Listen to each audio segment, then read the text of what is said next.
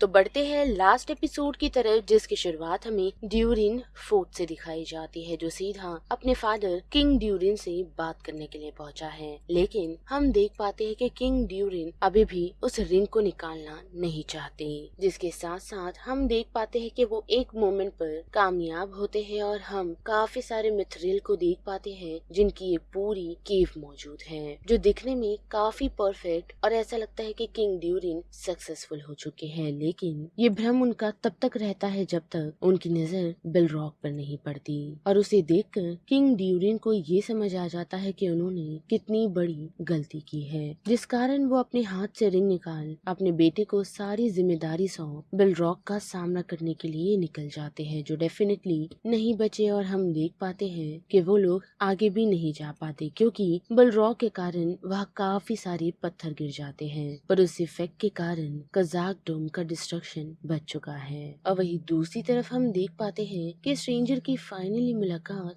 Dark wizard से हुई है, जो उसे अपना पुराना दोस्त कहता है, और साथ ही ये भी कि वो जैसे 5 हैं, जिन 5 विजर्ड के बारे में आप सभी को ऑलरेडी पता है, जो कि गैंडोल्फ, सेरुमन, रेडागस और 2 ब्लू विजार्ड है, जिनका नाम एलेटर और पेलेंडो है। लेकिन इतना ही नहीं, बल्कि हम ये भी देख पाते हैं कि डार्क विजर्ड को उसका डार्क विजर्ड नाम बिल्कुल भी पसंद नहीं, क्योंकि जैसे ही लोग उसे डार्क विजर्ड के नाम से एड्रेस करते हैं, तो वो यही कहता है कि वो नाम उसे कभी चाहिए नहीं था, बल्कि लोगों ने उसे ये नाम दे दिया है। जिसके साथ साथ वो स्ट्रेंजर को अपने साथ चलने के लिए कहता है, ताकि वो दोनों मिलकर सौरॉन का सामना कर सके, जिसके लिए द स्ट्रेंजर मना कर देता है और नोटिस कर पाता है कि उसके दोनों दोस्त काफी डेंजर में हैं, जिस कारण डार्क विजर्ड चिढ़ जाता है और जिस जगह पॉपी और नूरी ने शेल्टर लिया हुआ था, उस पूरी जगह को बर्बाद कर देता है, और स्ट्रेंजर को ये कहकर वहाँ से निकल जाता है कि जब उसे लगे या उसके सेंसेस वापस आए तो वो उसे याद कर सकता है, क्योंकि डार्क विजर्ड के अकॉर्डिंग वही एक लौता शख्स है जिसे स्ट्रेंजर की सारी इन्फॉर्मेशन है। और वही बड़े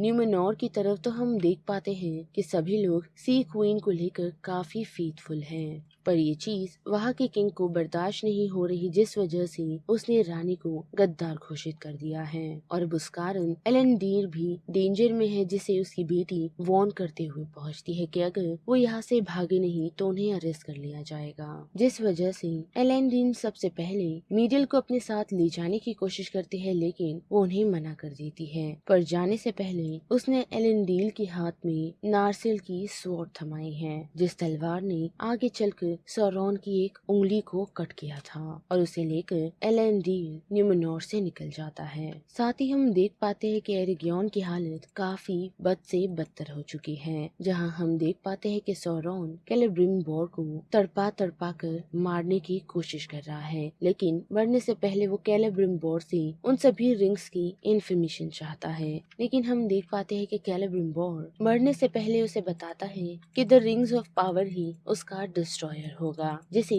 खत्म करने के लिए सिर्फ एक ही काफी है। जो बात सुनकर हमें फ्रोडो की याद आती है, क्योंकि मरने से पहले कैलेब्रिम्बोर ने उसे the Lords of the Rings का नाम दिया है, जो सुनकर हम सौरॉन की आंखों से, यानी कि डार्क लॉर्ड की आंखों से आंसू निकलता हुआ देख सकते हैं। लेकिन उतने ही देर में उस रूम को ऑक्स एंटर करते हैं और एनाटार से पूछते हैं कि क्या वही सौरॉन है, जिसके जवाब में सौरॉन का वही सेम जवाब होता है कि उसके कई नाम रहे हैं। और अब बात करें साउथ लैंड की, तो हम देख पाते हैं कि थियो सेफली घर पहुंच चुका है, और बात करें इसिल्डोर की तो हम देख पाते हैं कि उसे मिलने के लिए एस्टेट पहुंची है, जिन दोनों ने एक इमोशनल कनेक्शन बना लिया है, और इसिल्डोर उसे अपने साथ न्यूमेनोर ले जाना चाहता है। पर जैसे ही वो बाहर आकर देखता है तो केमिन न्यूमेनोर से उन लोगों के पास पहुंचा है, जिसे थियो जवाब चाहता है कि जो रानी ने उनसे वादा किया था उसका क्या हुआ, जिसके जवाब में केमन उन लोगों से यही कहता है कि अगर साउथ लैंड वालों को खाना चाहिए तो उन्हें न्यूमेनोर वासियों के लिए लकड़ियां प्रदान करनी होगी।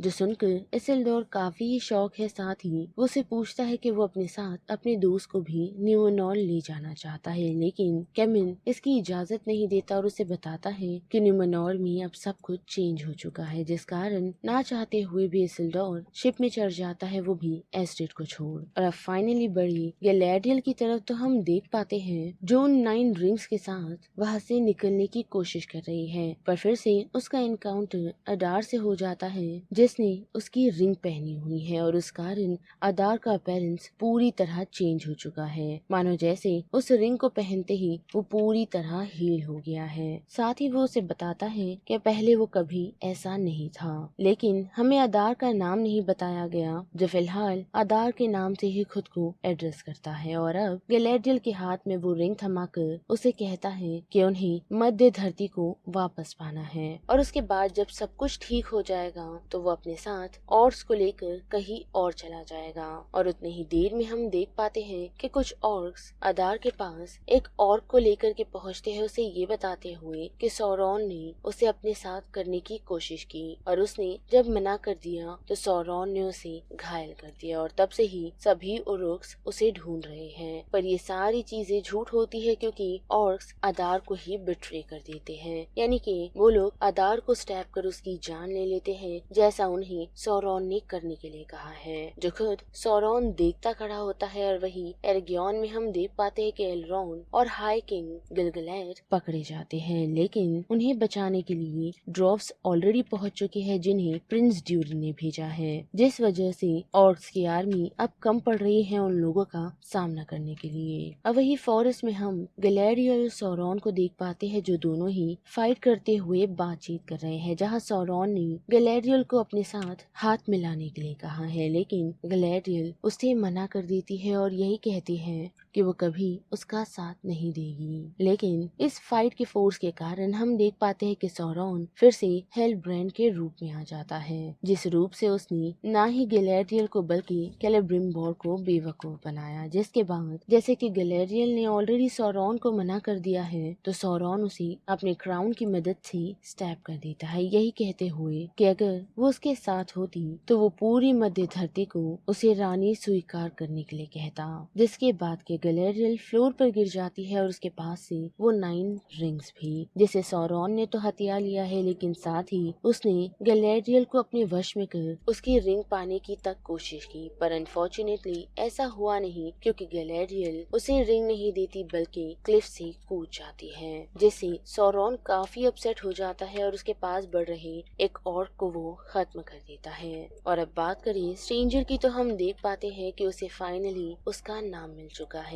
जो उसे उन्हीं स्ट्रोक्स ने दिया है, वो भी ग्रैंड एल्फ कर। साथ ही नोरी भी अब अपने रास्ते निकल चुकी है जिसने ग्रैंडोल्फ को अपनी राह चुनने के लिए कहा है, क्योंकि नोरी के अकॉर्डिंग उन्हें भी कोई राह जरूर चुननी होगी। और उन सभी के वहां से निकलते ही हम देख पाते हैं कि ग्रैंडोल्फ को उसकी स्टाफ मिल चुकी है, जिसे लेकर वो वापस बॉम्बरडिल के पास पहुंच चुका है। साथ ही बात करें कजाक डूम की तो हम देख पाते हैं कि जब ड्यूरिन अपने फादर की डेथ से उभर रहा होता है तो उसे पता चलता है कि काफी रॉफ्स उसे राजा नहीं मानते बल्कि उसके भाई को इसका सच्चा हकदार माना जा रहा है, यानी कि हम ऐसा कह सकते हैं कि ड्यूरिन को अपनी लड़ाई अब खुद लड़नी है। और वही बात करें एल्फ्स की तो हम देख पाते हैं कि गैलेडियल को एलरॉन उसी की रिंग की मदद से ठीक करता है, जिसके बाद जैसे ही गैलेडियल की आँख खुलती है तो वो सभी लोगों को ये समझाने में कामयाब होती है कि उन्हें हार नहीं मानना चाहिए, जिसके बाद क्या सभी एल्फ्स एक साथ खड़े होकर अब सौरॉन के अगेंस्ट लड़ने के लिए फिर से तैयार हो चुके हैं।